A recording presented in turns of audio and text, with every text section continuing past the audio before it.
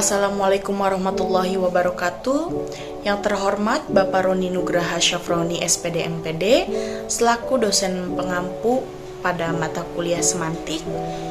Di sini saya mewakili kelompok 5 akan mempresentasikan mengenai kategori makna leksikal. Pun anggota kelompok dari kelompok 5 yaitu ada Aisyah Fira Astika, ada saya sendiri, Dara Dinanti, lalu ada Dewinta Paramita Utari, Muswana Tunisa, Mudrika Rizkiatu Salamia, Siti Fatma, dan Siti Nuraini. Di sini ada latar belakang. Semantik merupakan sebuah cabang dari ilmu linguistik yang mempelajari berbagai pendekatan makna baik secara lisan maupun tulisan. Menurut Cair 2009 halaman 2 menjelaskan bahwa semantik dapat disertakan dengan fonologi dan gramatika yang menjadi 3 tingkatan analisis bahasa. Dengan kata lain, semantik itu menjadi salah satu bagian penting dalam ilmu bahasa. Baik, selanjutnya pengertian makna leksikal. Makna leksikal merupakan makna yang sebenarnya, atau arti dari kata dasar yang memiliki makna tersendiri. Menurut Murfad, dalam Eva mengungkapkan bahwa makna leksikal ini merupakan makna yang berkaitan dengan leksikon. Selanjutnya kategori makna leksikal. Yang pertama itu adalah kategori nomina. Yang pertama ada tipe pertama, yaitu benda tambah orang. Dalam leksem nominal tipe yang pertama ini terbagi menjadi 6 subtipe.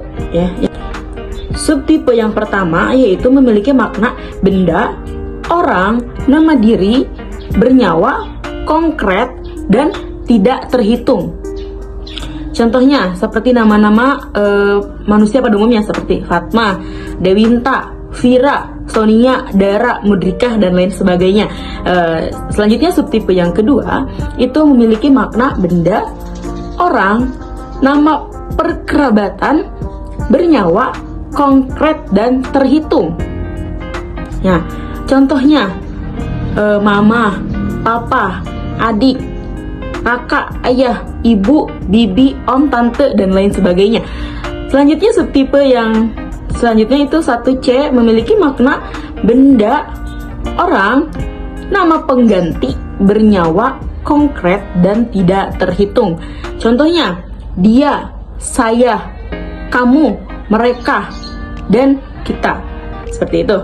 Yang keempat subtipe 1D memiliki makna benda, orang, nama jabatan, bernyawa, konkret, dan terhitung. Contohnya lurah, camat, gubernur, bupati. Seperti itu. Oke, selanjutnya subtipe 1E memiliki makna benda, orang, nama gelar, bernyawa, konkret, dan terhitung. Contohnya dokter, insinyur, profesor, dan sarjana hukum. Lalu subtipe 1F memiliki makna benda, orang, nama pangkat, bernyawa, konkret, dan terhitung. Contohnya letnan dan kolonel. Seperti itu. Setelah tadi subtipe yang ada 6 itu, sekarang lanjut ke tipe yang kedua. Tipe yang kedua itu benda ditambah institusi. Leksem nominal tipe 2 ini memiliki makna benda, institusi, orang metaforis, konkret, dan terhitung. Contohnya pemerintah, DPR, gitu. Yang ketiga benda ditambah binatang. Leksem nominal 3 ini memiliki makna benda, binatang, bernyawa, konkret, dan terhitung. Contohnya capung, ayam, kelinci, seperti itu. Lalu yang keempat, tipe keempat ini benda ditambah tumbuhan. Leksem nominal tipe 4 ini dibagi lagi menjadi 3 subtipe. Subtipe 4A memiliki makna benda, tumbuhan, hidup, terhitung, dan konkret. Contohnya rumput, ilalang, dan keladi. Selanjutnya subtipe 4D yaitu memiliki makna benda, pohon, hidup, terhitung, dan konkret. Contohnya pohon mahoni, pohon kelapa, dan pohon beringin. Selanjutnya yang terakhir, subtipe 4C itu memiliki makna benda, tanaman, hidup, terhitung, dan konkret. Contohnya, ketela, ubi, dan padi, seperti itu. Dilanjut ke tipe yang kelima. Itu leksem nominal tipe kelima ini memiliki makna benda, buah, terhitung, konkret, tidak hidup.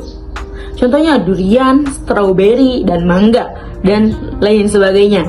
Selanjutnya tipe yang keenam, itu benda tambah bunga. Nah, leksem nominal yang keenam ini memiliki makna benda, bunga, terhitung, konkret, dan hidup. Contohnya, bunga melati, bunga mawar, bunga anggrek, bunga arpesia, seperti itu.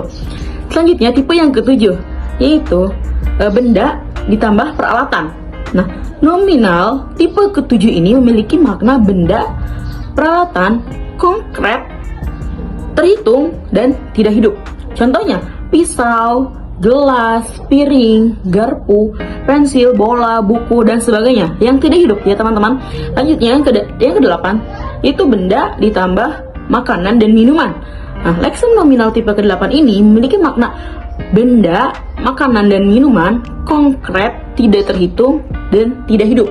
Contohnya, bubur, nasi, air, ya, tidak terhitung kan ya. Yang kesembilan, benda tambah geografi. Leksem nominal ke-9 ini memiliki makna benda, geografi, konkret, terhitung, dan tidak hidup. Contohnya laut, gunung, sungai. Nah, yang terakhir yaitu yang ke-10, tipe yang ke-10 ini benda ditambah bahan baku. Leksem nominal tipe ke-7 ini memiliki makna benda, bahan baku, konkret, tidak hidup, dan terhitung. Contohnya semen, batu, kayu, pasir. Selanjutnya di sini adalah kategori verba atau yang sering disebut juga kata kerja atau predikat. Menurut Tambukunon dalam Abdul Khair, kategori verba ini dibedakan menjadi 12 tipe. Yang pertama, tipe ini dibedakan menjadi 3 macam.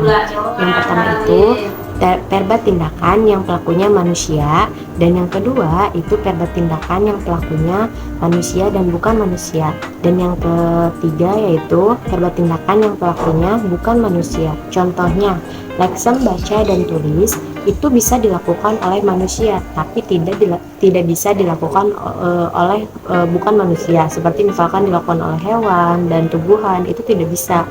Lalu yang kedua itu leksem makan dan minum, itu bisa dilakukan oleh manusia dan bukan manusia.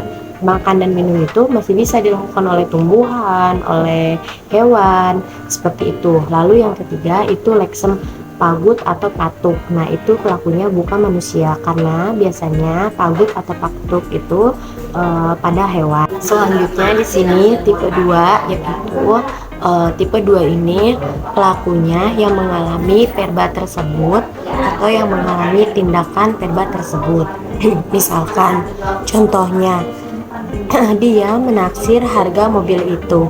Nah, dia pada kalimat tersebut itu mengalami tindakan dan yang melakukan tindakan tersebut. Selanjutnya ada tipe 3. Tipe 3 ini verba yang menyatakan tindakan dan kepemilikan. Contohnya, Dika membeli mobil baru dari Papuan. Dika ini adalah pelaku yang melakukan verba tersebut dan Papuan adalah kepemilikannya. Nah, kepemilikan ini tuh tidak harus direalisasikan dalam suatu kalimat. Misalkan menjadi Dika membeli mobil baru. Kalau tadi kan itu dinyatakan kepemilikannya yaitu Papuan gitu kan sebelum Dika membeli mobil tersebut. Nah, jika direalisasikan tidak harus ada kepemilikan, itu menjadi kalimat Dika membeli mobil baru. Lalu selanjutnya di sini ada tipe 4. Tipe 4 ini yang menyatakan tindakan dan lokasi. Nah, seperti contohnya Nita pergi ke pasar. Lalu nah, di sini Nita itu pelakunya. Nah, pergi itu verba tindakan dan pasar itu lokasinya. Selanjutnya di sini ada tipe 5. Tipe 5 ini verba tindakan yang menyatakan suatu proses. Subjek pada kalimat ini berupa nominal umum yang mengalami suatu perubahan dan kondisi. Nah, dalam tipe 5 ini tuh ada 3 persoalan. Yang pertama, suatu proses itu bisa terjadi secara singkat ataupun relatif lama. Nah, oleh karena itu sering diberi keterangan sedang, seperti sedang pecah. Lalu yang kedua itu suatu proses bukan hanya verba proses saja, tetapi juga ada verba tindakan. Nah, di sini sesungguhnya suatu tindakan itu akan menyebabkan suatu proses juga. Nah, lalu yang ketiga itu sering sulit dibedakan antara verba proses dan verba keadaan, seperti pada kalimat tembakau itu layu. Nah, jika diberi pertanyaan apa yang terjadi pada si subjek, itu jawabannya layu. Nah, di sini layu tersebut itu proses. Lalu jika diuji dengan pertanyaan bagaimana keadaan subjek tersebut, nah subjek tersebut itu mengalami layu. Nah, lalu di sini layu itu berubah menjadi verba keadaan. Selanjutnya di sini adalah tipe 6. Tipe 6 ini suatu verba atau tindakan yang menyatakan proses pengalaman. Contohnya, rupanya kau sudah bosan padaku. Lalu ibu cemas akan keselamatan anak-anak itu. Nah, di sini bosan dan cemas ini merupakan proses pengalaman. Nah, sedangkan kau dan ibu itu adalah wujud yang mengalami proses pengalaman tersebut. Nah, selanjutnya tipe 7. Tipe 7 ini yang menyatakan proses bene aktif.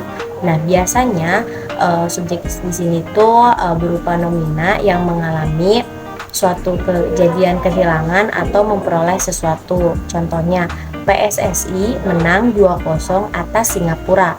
Dia kalah 2 juta rupiah. Nah, di sini kalah dan menang adalah proses bene aktif, sedangkan PSSI dan tadi dia di sini adalah wujud yang mengalami proses bene aktif tersebut. Selanjutnya di sini ada tipe 8. Tipe 8 ini itu verba tindakan yang menyatakan proses lokatif. Nah, subjek dalam tipe ini itu berupa nomina yang mengalami perubahan tempat. Contohnya, pesawat itu baru tiba dari Surabaya.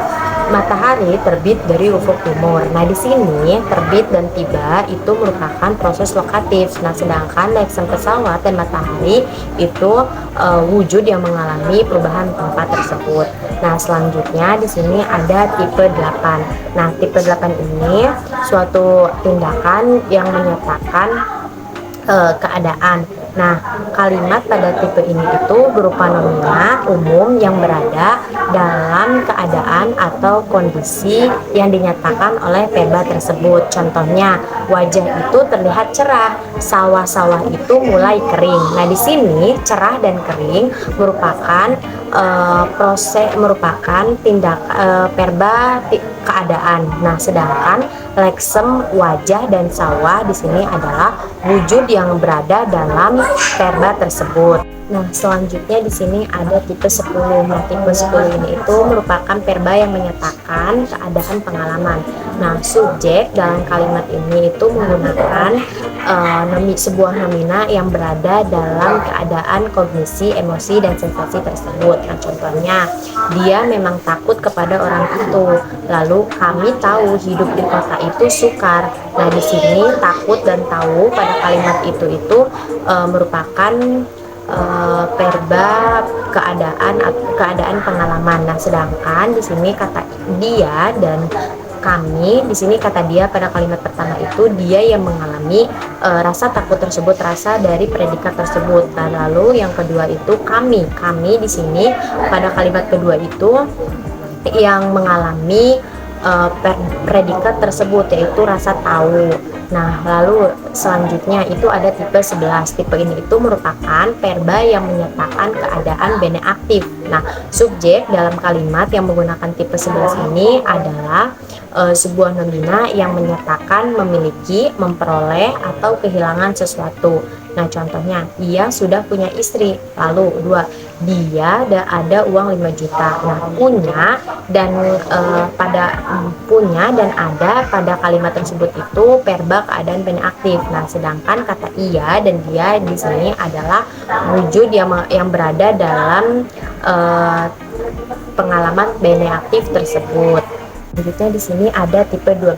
Tipe 12 ini itu merupakan verba yang menyatakan merupakan keadaan lokatif. Nah, subjek pada kalimat menggunakan verba ini itu berupa nomina yang berada dalam satu tempat atau lokasi. Misalkan tadi petani itu diam di gubuk itu, lalu Pak Menteri hadir di sana. Nah, diam dan hadir di sini itu verba yang menyatakan keadaan lokasi tersebut. Nah, sedangkan petani dan Pak Menteri itu adalah subjek yang berada di tempat yang disebutkan pada predikat keterangan tadi. Pembahasan selanjutnya mengenai kategori adjektiva. Yang pertama ada ciri-ciri adjektiva. Adjektiva atau biasa disebut sebagai kata sifat merupakan sebuah kelas kata yang mengubah nomina atau pronominanya. Nah, biasanya dengan cara menjelaskan atau membuatnya menjadi lebih spesifik. Di dalam adjektiva juga memiliki beberapa ciri-ciri. Yang pertama, dapat diubah, diingkari, atau dibatalkan sifatnya. Contoh kalimatnya seperti tidak seperti itu, bukan begini, tidak bagus, dan lain sebagainya. Yang kedua, memberikan keterangan yang berfungsi sebagai penguat. Contoh kalimatnya seperti sangat baik, amat luas, dan benar sekali. Yang ketiga, memberikan keterangan dengan kata pembanding. Contoh kalimatnya seperti bersepeda lebih baik daripada mengendarai motor. Gedung ini paling tinggi di kotaku. Selanjutnya dalam kategori adjektiva yang kedua yaitu ada pengelompokan adjektiva. Dalam pengelompokan adjektiva dibagi lagi menjadi 3 kelompok. Yang pertama ada perilaku semantis, yang kedua perilaku sintaksis, dan yang ketiga bentuk. Dalam perilaku semantis dibagi lagi menjadi 2 tipe pokok, yaitu adjektiva bertaraf dan adjektiva tak bertaraf. Untuk membedakan antara keduanya, yaitu dapat dilihat dari berbagai jenis tingkat kualitas dan berbagai tingkat bandingannya. Nah, dalam adjektiva bertaraf, yaitu yang mengungkapkan suatu kualitas, dapat dibagi menjadi beberapa macam lagi, seperti yang pertama ada adjektiva pemeri sifat, yang memerikan kualitas dan intensitas yang bercorak fisik atau mental. Contoh katanya seperti aman, bersih, cocok, dangkal, ganas, dan lain sebagainya. Yang kedua, adjektiva ukuran yang mengacu ke kualitas yang dapat diukur dengan ukuran kuantitatif. Contoh katanya seperti berat, ringan, pendek, tinggi, kecil, dan lain sebagainya. Yang ketiga, ada adjektiva warna yang mengacu ke berbagai warna. Contoh katanya seperti merah, kuning, biru, hijau, dan sebagainya. Yang keempat ada adjektiva waktu yang mengacu ke masa proses, perbuatan, atau keadaan yang berlangsung sebagai puatas. Contohnya seperti lama, segera, jarang, cepat, dan lain sebagainya.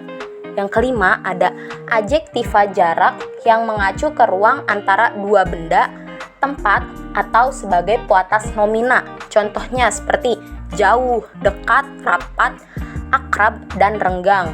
Yang keenam ada adjektiva sifat batin yang bertalian dengan pengacuan suasana hati atau perasaan. Contoh katanya seperti bangga, bahagia, sedih, sayang, gembira, cemas, dan lain sebagainya.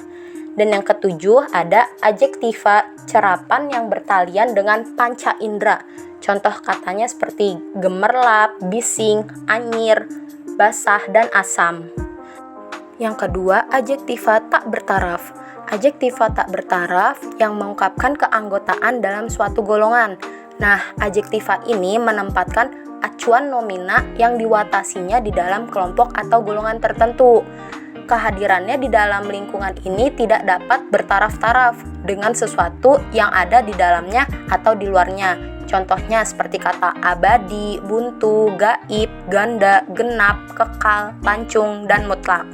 Pengelompokan adjektiva yang kedua yaitu perilaku sintaksis. Dalam perilaku sintaksis terbagi menjadi beberapa macam, yaitu ada adjektiva atributif, adjektiva predikatif, dan adjektiva adverbial. Yang pertama, adjektiva atributif yaitu sebuah adjektiva pewatas dalam frasa nominal yang nominanya menjadi subjek, objek, atau pelengkap. Biasanya terletak di sebelah kanan atau setelah nomina. Yang kedua, adjektiva predikatif merupakan sebuah adjektiva yang menjalankan fungsi predikat atau pelengkap dalam klausa. Contohnya seperti gedung itu sangat megah. Yang ketiga, adjektiva adverbial merupakan sebuah adjektiva puatas verba atau adjektiva lain yang menjadi predikat. Contoh kalimatnya seperti jendela rumahnya besar dan menghadap ke taman dengan kolam besar di tengah-tengahnya. Pengelompokan adjektiva yang ketiga yaitu bentuk. Dapat dilihat dari segi morfologisnya, adjektiva terbagi menjadi dua, yaitu adjektiva dasar yang selalu monomorfemis dan adjektiva turunan yang selalu polimorfemis. Dalam adjektiva turunan ini dapat dibedakan menjadi tiga, yaitu adjektiva berafiks, adjektiva bereduplikasi, dan adjektiva yang berasal dari berbagai kelas.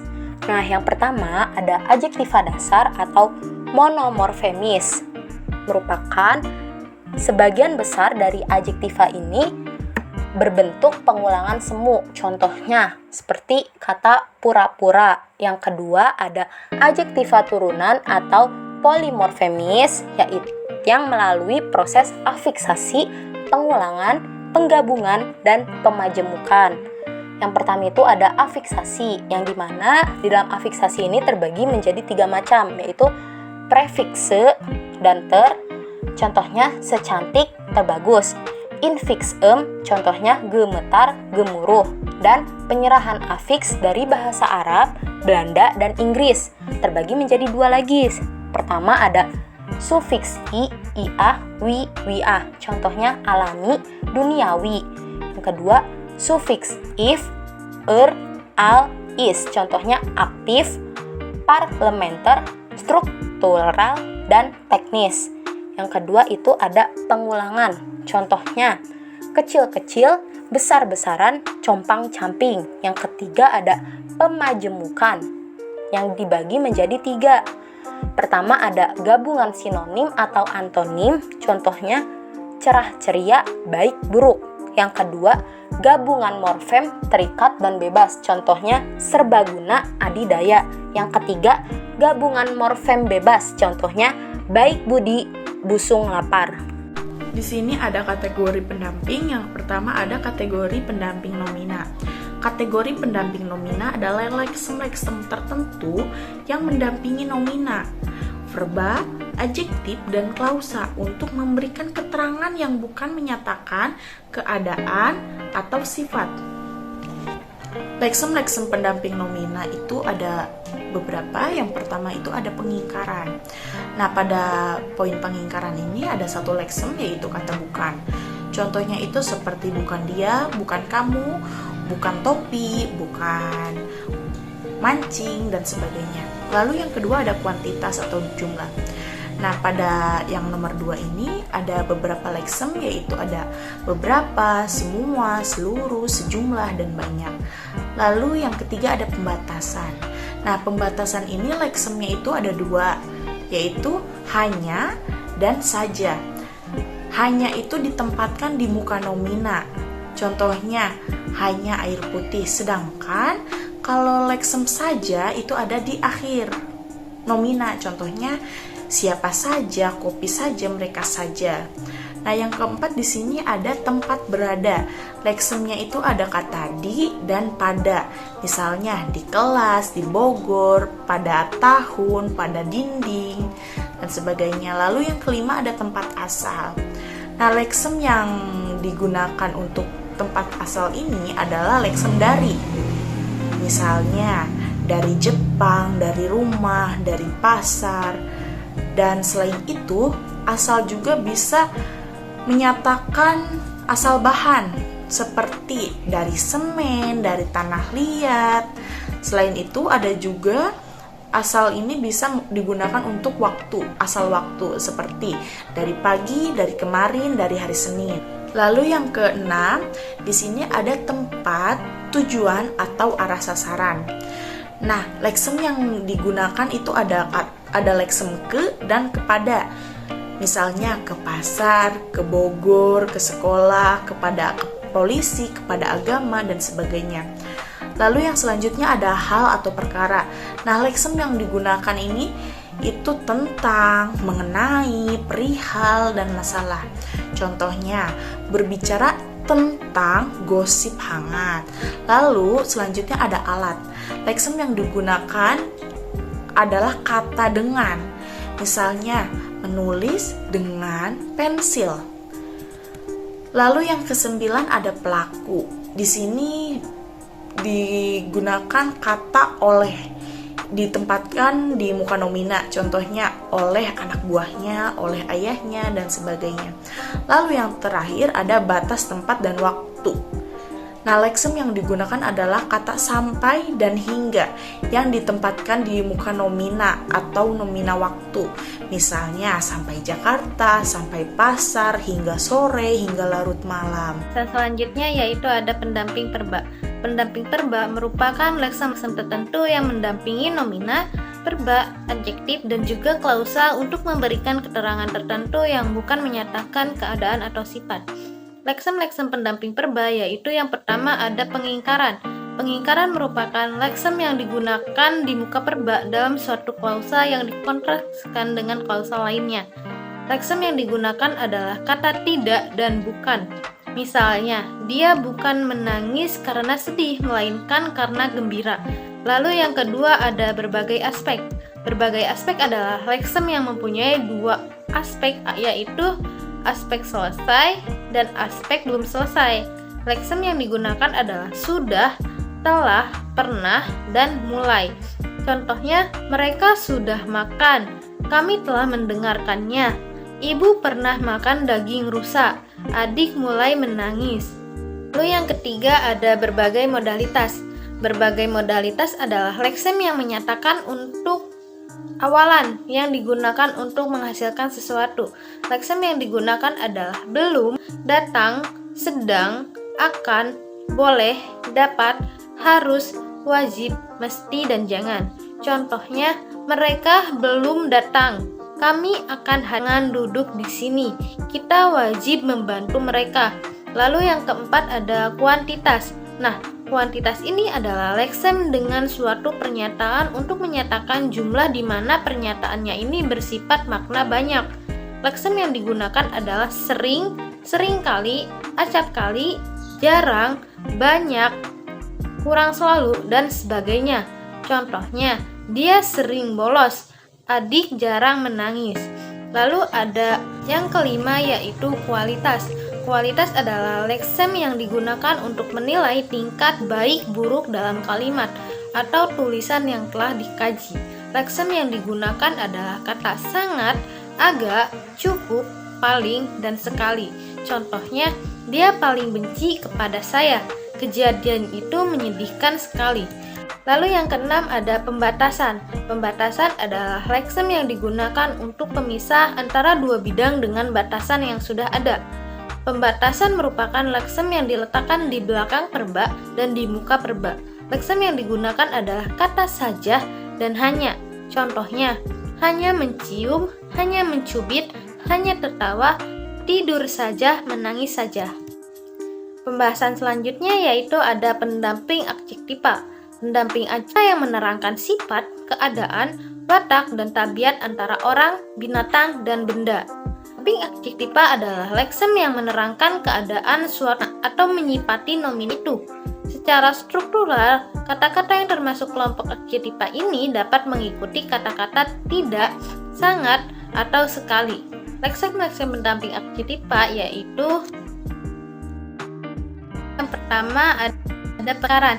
Nah, pengingkaran ini merupakan leksem yang dapat digunakan sebagai pendamping adjektiva yang menyatakan sebuah pengingkaran kata tidak bukan. Penggunaan kata tidak dan bukan ini biasanya diletakkan di muka awal kata yang akan dimaknai. Menurut Haier, pengingkaran yakni leksem yang hanya digunakan di muka perba dalam suatu klausa yang dikontrakskan dengan klausa. Contohnya, tidak baik, tidak merah, tidak gemuk, tidak bandel, tidak lurus. Lalu yang kedua ada kualitas. Nah, leksem yang dapat digunakan sebagai pendamping adjektiva yang menyatakan sebuah kualitas adalah kata-kata yang menyatakan sebuah penilaian yang biasanya itu bersifat subjektif. Seperti kata sangat, agak, cukup, paling, sekali, maha, dan serba. Leksem-leksem tersebut dalam penggunaannya dapat ditempatkan di awal atau di akhir adjektiva, namun disesuaikan dengan penggunaan leksem-leksem tertentu. Contohnya cukup licin, pandai sekali, maha mulia, agak datar, miskin, dan serba modern. Baik, terima kasih kepada moderator yang telah mempersilahkan saya untuk membawakan materi mengenai kategori pendamping dari klausa, yang dimana leksem-leksem yang digunakan sebagai pendamping klausa memiliki posisi yang terbilang bebas. Maksud dari bebas itu adalah leksem-leksem tersebut bisa saja ditempatkan pada awal, tengah, maupun akhir dari klausa tersebut. Adapun penempatan yang bebas ini biasanya akan memberikan perbedaan pada nuansa maknanya. Kemudian, leksem-leksem dalam pendamping klausa ini menyatakan 3 makna, yaitu kepastian, keraguan, dan harapan. Untuk yang pertama mengenai kepastian, leksem-leksem pendamping yang digunakan untuk menyatakan sebuah kepastian itu ada kata pasti, tentu, dan memang. Contohnya, pasti kakak tidur, atau kakak pasti tidur, atau kakak tidur pasti, atau dia tentu akan datang tepat waktu, atau tentu dia akan datang tepat pada waktunya. Kemudian keraguan. Leksem-leksem pendamping yang digunakan untuk menyatakan sebuah keraguan itu ada kata barangkali, mungkin, dan boleh jadi. Contohnya itu ada barangkali mereka sedang mengalami kendala dalam perjalanannya, atau teman-teman mungkin akan segera tiba setelah hujan reda, atau boleh jadi dia telah mengambil benda itu sejak kemarin. Kemudian yang ketiga ada harapan. Leksem-leksem pendamping yang digunakan untuk menyatakan sebuah harapan itu ada kata moga-moga, semoga, mudah-mudahan, hendaknya, sebaiknya, dan seharusnya. Nah, untuk contohnya itu sendiri ada moga-moga setelah ini akan ada taksi yang lewat lagi. Kemudian semoga saya lolos seleksi berkas pendaftaran pelatihan itu. Kemudian mudah-mudahan kamu segera mendapat jodoh yang sesuai keinginanmu. Kemudian kamu hendaknya segera mengangkat jemuran sebelum hujan tiba. Atau kalian sebaiknya mendengarkan dan mentaati nasihat ketua kelompok.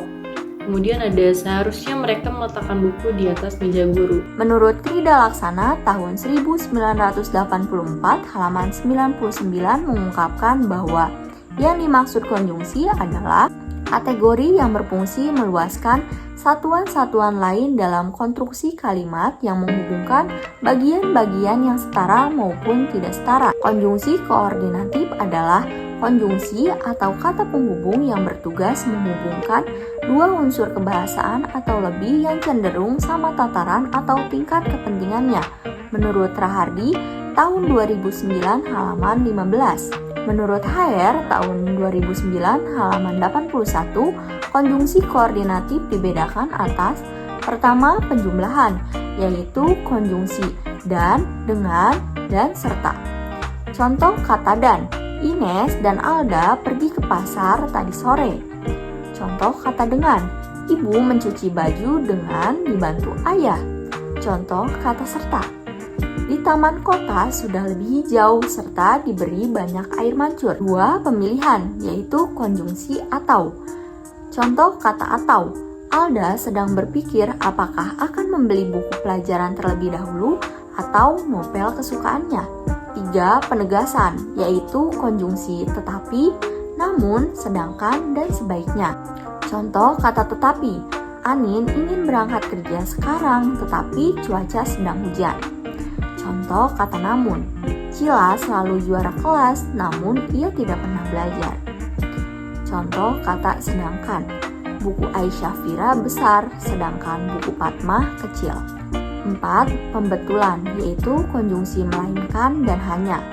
Contoh kata melainkan, bukan Emil yang mengambil buku, melainkan Alda.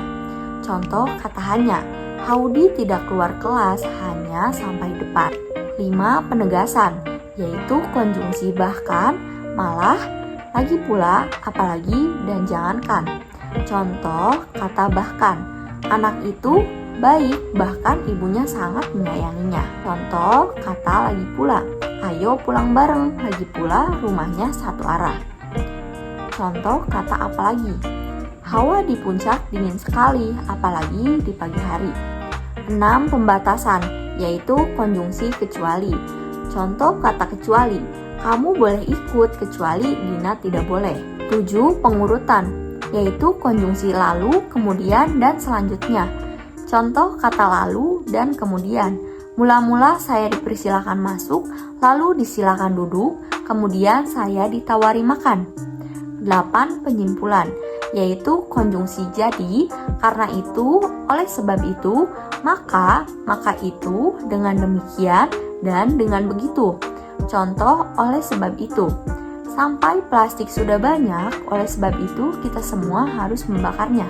Konjungsi subordinatif adalah kata penghubung yang bertugas menghubungkan dua buah klausa atau lebih.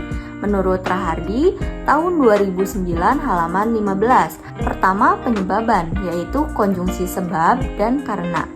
Contoh kata sebab, Pina gagal mengikuti lomba pagi ini sebab ia sedang sakit. Contoh kata karena, Andika terpaksa harus berangkat lebih pagi karena jalanan macet. Kedua, persyaratan, yaitu konjungsi kalau, jika, jikalau, bila, apabila, bila mana, dan asal. Contoh kata jika, aku akan melaporkan hal ini ke polisi jika sampai besok pagi ini belum pulang. Contoh kata jikalau, jikalau hatiku terasa gundah, tarik napas dalam-dalam kemudian hembuskan. 3. Tujuan, yaitu konjungsi agar dan supaya. Contoh kata agar, Ripa berangkat lebih awal agar bisa duduk di paling depan. Contoh kata supaya, Haudi harus segera memakan kue ini supaya tidak basi. 4. Penyungguhan, yaitu konjungsi meskipun, biarpun, walaupun, sungguh pun, dan sekalipun. Contoh kata walaupun, aku akan pergi walaupun kamu tetap menahannya. 5. Kesewaktuan, yaitu konjungsi ketika, tak kala, sewaktu, sebelum, sesudah, dan sehabis. Contoh kata sebelum, Sulis sudah sampai kampus sebelum temannya datang. 6. Pengakibatan, yaitu konjungsi sampai, hingga, dan sehingga. Contoh kata sampai, Naila sudah sampai rumah Nadia. Contoh kata sehingga, Jani kesiangan sehingga lupa tidak membawa HP. 7. Perbandingan, yaitu konjungsi seperti, sebagai, dan laksana. Contoh kata seperti, pria itu terlihat sangat tampan seperti aktor Korea. Contoh kata sebagai, Mona sebagai pemain film. Yang terakhir ada kesimpulan. Kesimpulan dari materi yang sudah kita bahas yaitu kategori makna leksikal memiliki pengertian makna leksikal merupakan makna yang sebenarnya atau arti dari kata dasar yang memiliki makna tersendiri. Di dalam kategorinya terdapat kategori nomina yang terdiri atas 10 tipe, dengan tipe 1 memiliki 6 subtipe dan 4 tipe memiliki 3 subtipe. Kemudian terdapat kategori perba yang terdiri dari 12 tipe. Selanjutnya kategori adjektiva, terdapat ciri-ciri serta pengelompokan adjektiva. Kemudian ada kategori pendamping, terdapat pendamping nomina, verba, adjektiva, dan klausa. Di dalam kategori penghubung terdapat penghubung koordinatif serta subordinatif. Sekian, terima kasih dari kelompok 5. Wassalamualaikum warahmatullahi wabarakatuh.